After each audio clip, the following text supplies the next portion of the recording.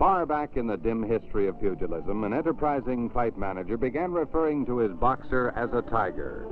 And even today, in ring circles, that's the way promising young fighters are labeled, tigers. And every once in a while, a super tiger is whelped in the boxing jungle and stalks across ring history like William Blake's legendary creature, Tiger, Tiger, burning bright, in the forests of the night. This is the story of such a tiger, a San Francisco Bay Area phenomenon, one of the most controversial figures ever to win the heavyweight championship and one of the greatest enigmas of ring history. The tender-hearted tiger, Madcap Max BAER, the Livermore Lariper.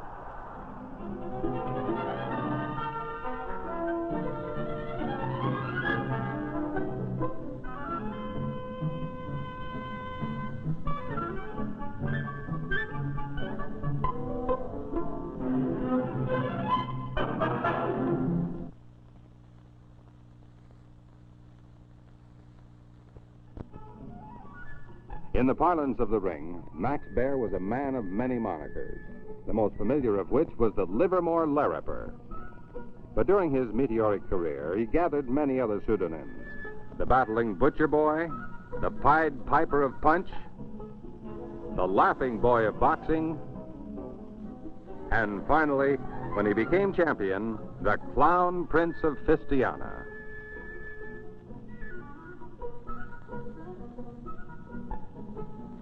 Even through the pain of his very few defeats, it was impossible for him to suppress a Rabelaisian grin. This is not recommended conduct for a tiger. But Madcap Maxie never took his role of King of Beasts seriously. He would rather make people laugh than make them fall. He could do both superlatively. His widow, Mary Ellen BAER, knew Max better than anyone else. Most people think of Max as a fighter. You know, the knockout artist, and that's logical. Because they saw only the side of him in the ring. But to us, his family, and to his close friends, we saw his great tenderness and his fine outlook on life. You know, that wonderful sense of humor that he had. He could lift you right out of yourself. These are the things I think that have been so important to his children. His children? Max's firstborn was Max BAER Jr. His arrival was a big moment in Max's life. Donald, there's been stories going around about the three little pigs. This is the first picture taken of the three little bears. Papa Bear, Mama Bear, and little Cubby Bear, and little Goldilocks down all over. I think my dad started making me laugh from the day I was born. To me, even though he was my father, he was like a big, lovable baby. He might have been much bigger than I was, and a boxer and so forth, but to me, he was just a big baby.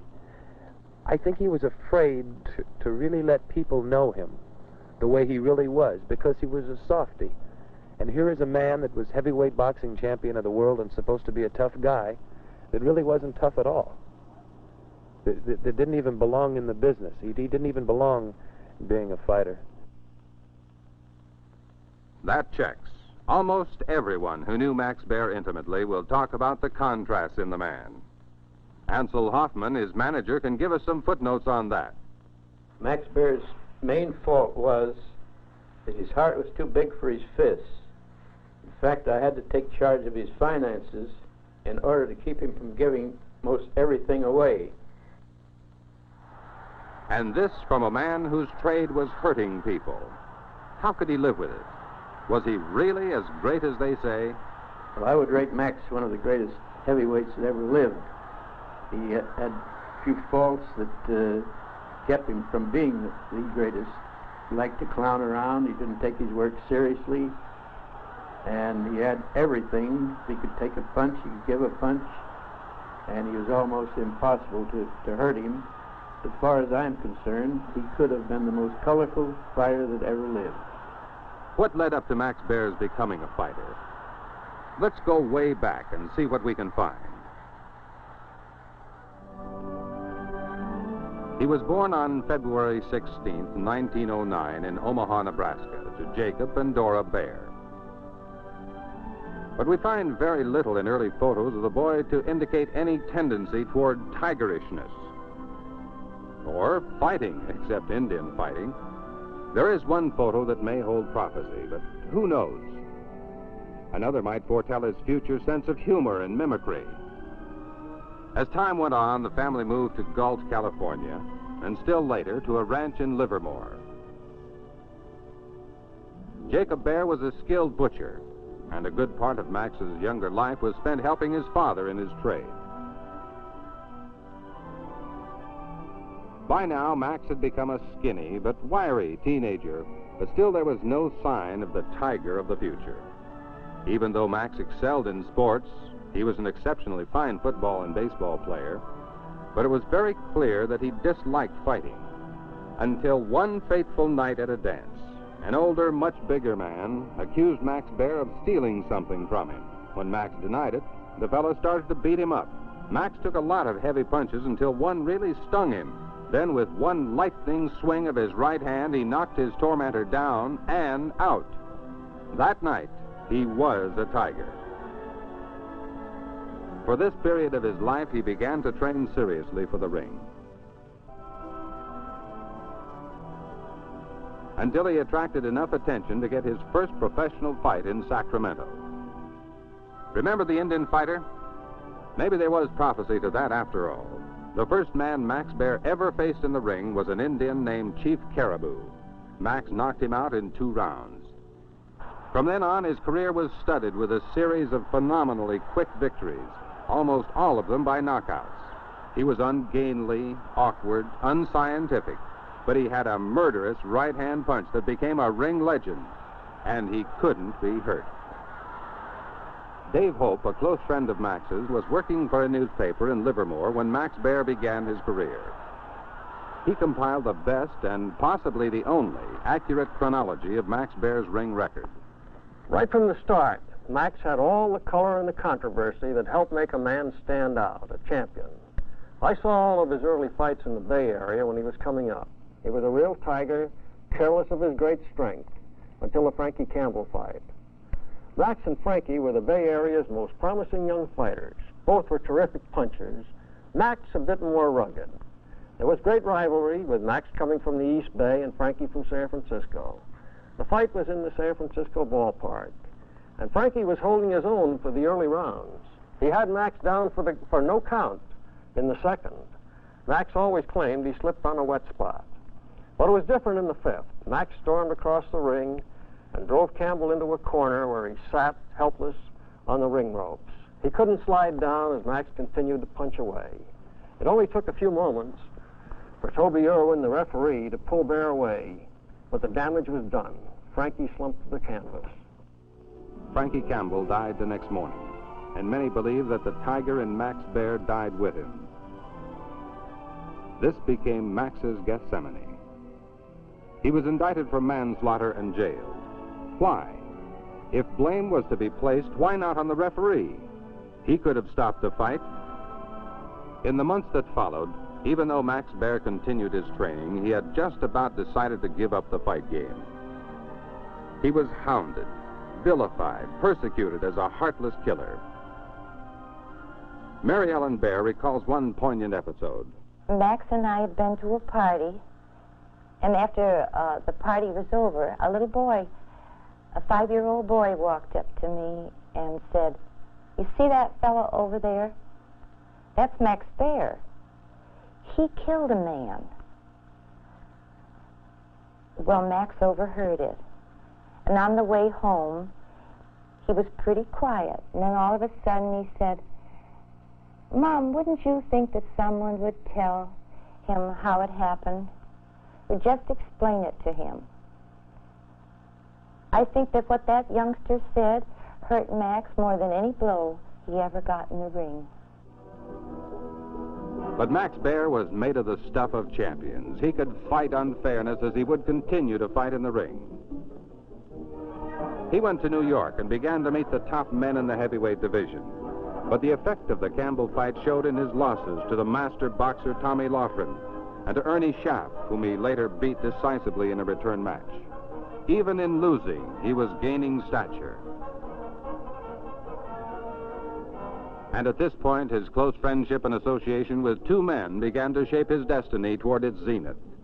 They were Ansel Hoffman, his manager, and Jack Dempsey, whose shrewd counseling and guidance led Max toward the championship. And with a new feeling of encouragement and hope, Max BAER's earthy sense of humor returned. Up ahead was the fight for the heavyweight championship.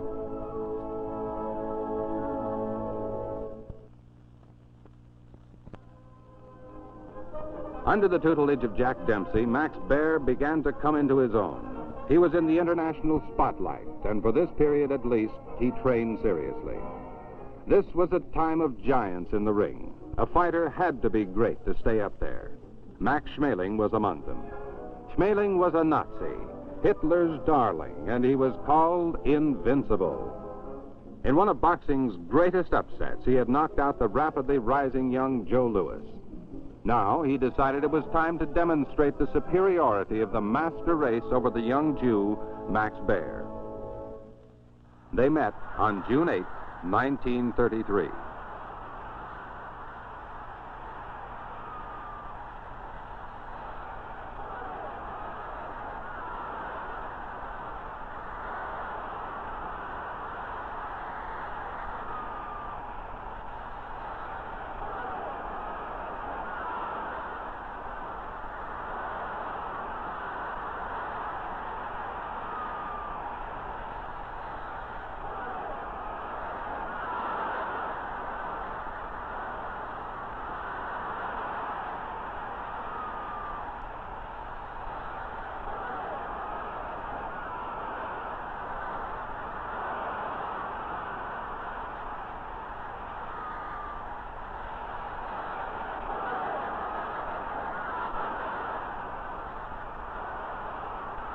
This was recorded as one of the most savage ring battles of all time. In 10 rounds, the Livermore Lariper reduced the arrogant Schmeling to a rubber-legged hulk.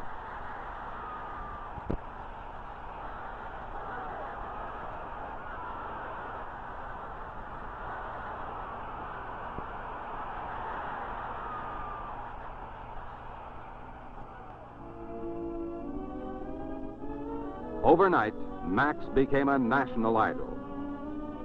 But in spite of the public adulation, he never forgot his family. Max visited his father and mother in California whenever he could. With his very first earnings, he had moved them from the ranch at Livermore to a new home in the fashionable section of Piedmont.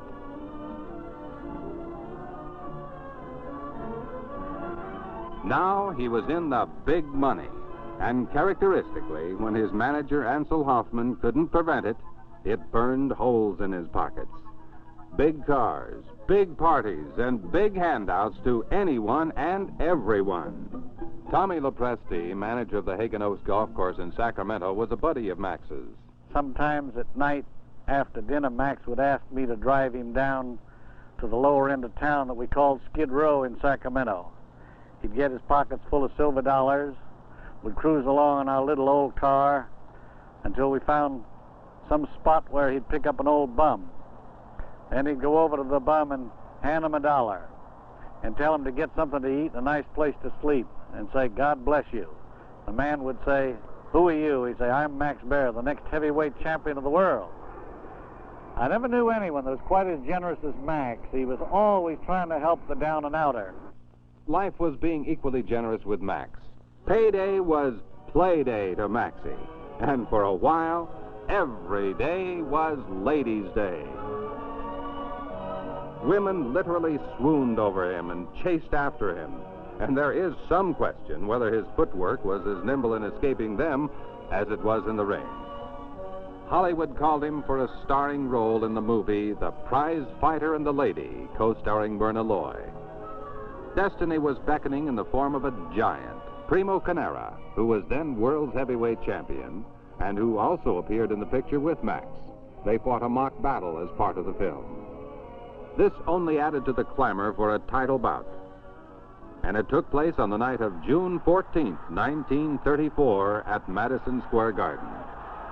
What happened that night has become legend in the Hall of Boxing fame. In 11 rounds, Max BAER knocked the 260-pound giant to the canvas exactly 11 times. But in spite of its ferocity, Max ran true to form. He clowned through some of the heaviest action.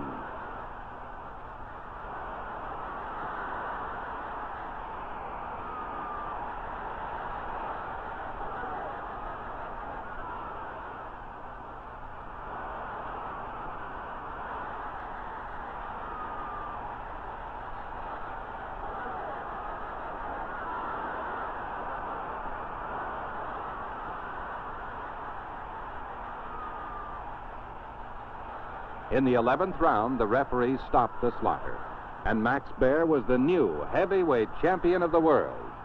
Had the Tiger returned? Primo Canera, who spent 2 weeks in the hospital after fighting Max, must have wondered what had become of the Tiger. Max was greatly concerned about him and visited him repeatedly. It was due to Max that hospital care was provided for the giant. Jack Dempsey was sure the Tiger in Max BAER had returned to stay. After Max landing that first punch on Canero's chin, there was no question in my mind that Max would be the next heavyweight champion. Max not only proved that he was a wonderful fighter in that contest, he also proved that he was a great fighter, a third gentleman in and out of the ring, and one of the greatest fighters the American public has ever had, if not the greatest. And I predict that Max will be champion for a long time to come. It was a dubious prediction. Max now neglected his training, and when he did train, it became a hilarious romp. His sparring partners included his brother, Buddy BAER, who by now was a fast-rising young heavyweight. Buddy recalls this particular period of Max's life. Even after he became champion, I don't believe Max took fighting as seriously as he might have. Because of his tremendous liking for people, I really believe he hated the idea of hurting them. It's been a long time ago, but I remember that once in a while, Max and I'd get together for a serious conversation about life in general, and I even remember back, like Max and I, like all brothers, we used to argue, and quite a bit. We never actually came to fisticuffs, but when anybody picked on either one of us, he had us both to beat, and believe me, that was a lot of BAER.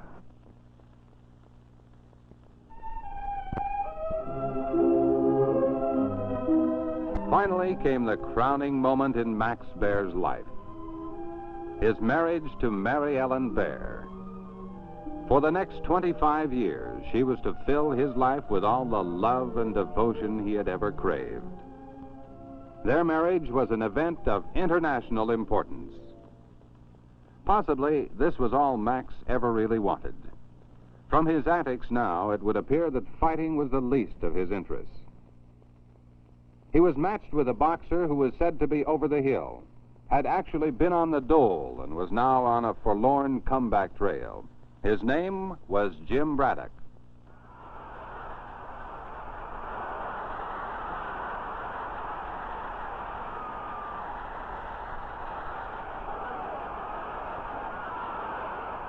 The impossible happened.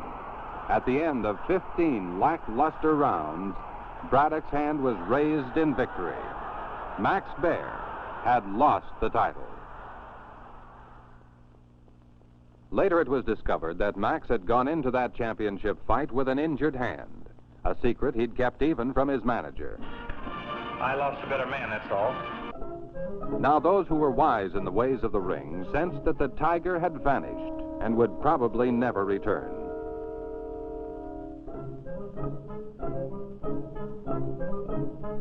Max went through the motions of staying in training, but usually on his own terms, requiring the least possible exertion.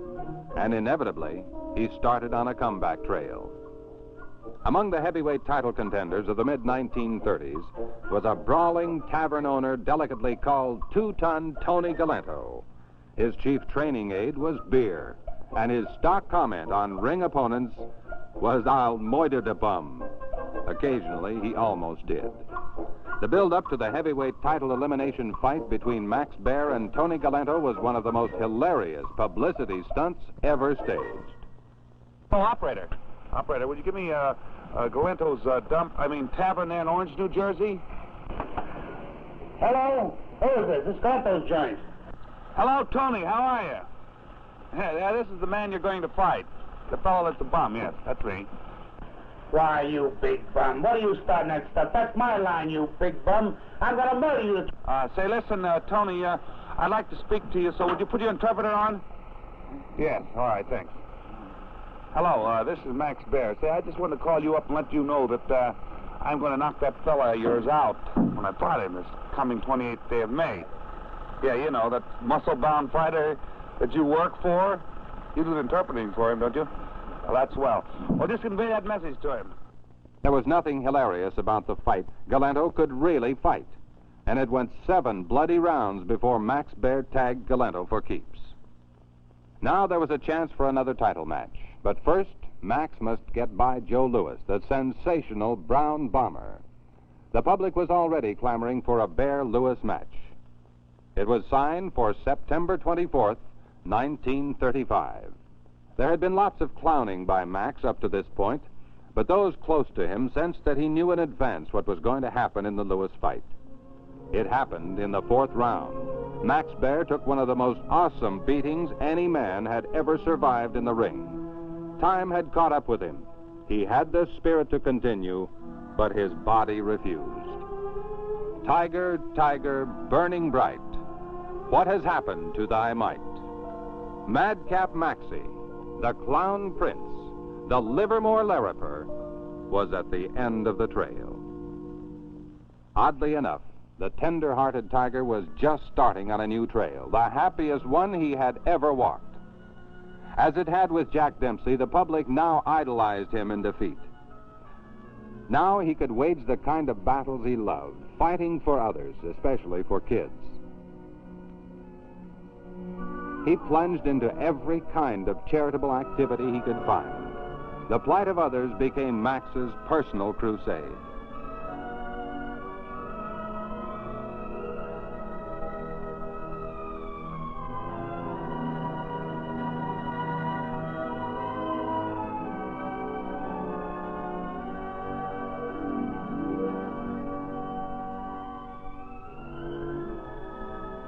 On the morning of November 21st, 1959, Max was in Hollywood in the thick of one such crusade when a distant bell rang. The world became aware that a great champion and an even greater human being was gone. People came from all over the country to pay final homage to Max BAER in Sacramento.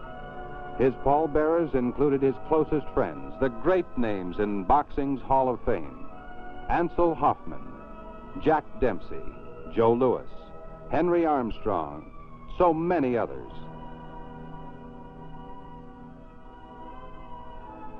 A lasting epitaph for a heavyweight. In a special assembly of the California legislature at Sacramento, a commemorative resolution honoring Max BAER was passed.